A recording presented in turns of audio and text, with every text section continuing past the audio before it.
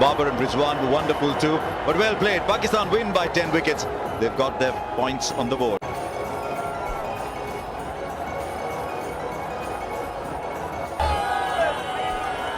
They'll be absolutely thrilled.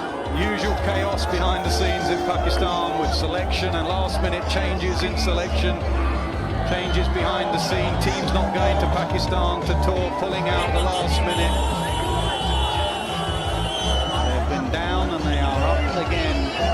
Fair play to India, their coach and their players. To a man have gone up to Pakistan to congratulate them. I repeat, it is just a start, but it is absolutely the start they wanted. There's the hero with the new ball. Shaheen Shah Afridi set it up, and Rizwan and Babar Azan finished it off and finished it in some style. What a bowler. What a wonderful bowler the Shaheen Shah Afridi is. Pakistan just seemed to produce these left-hand quicks who can swing the ball. And guess who's walking out there to shake hands with the Pakistan players? MS Dhoni, and now the celebrations will begin. And these are celebrations that are much deserved. They've waited, as you said, Nasser, for a very long time to be able to do this. And they've done it in such un-Pakistan style. They usually have a stumble. They usually have a run out. They usually have a shamozzle in the field. Someone loses the plot. This is not the Pakistan we know. This has been clinical. This has been sharp. This has been a team together.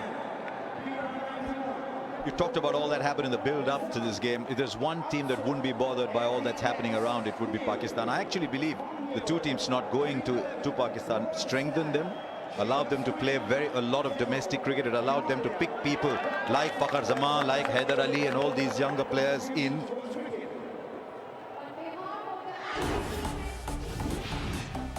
Well, there you go. Remarkably, trying to chase down 151.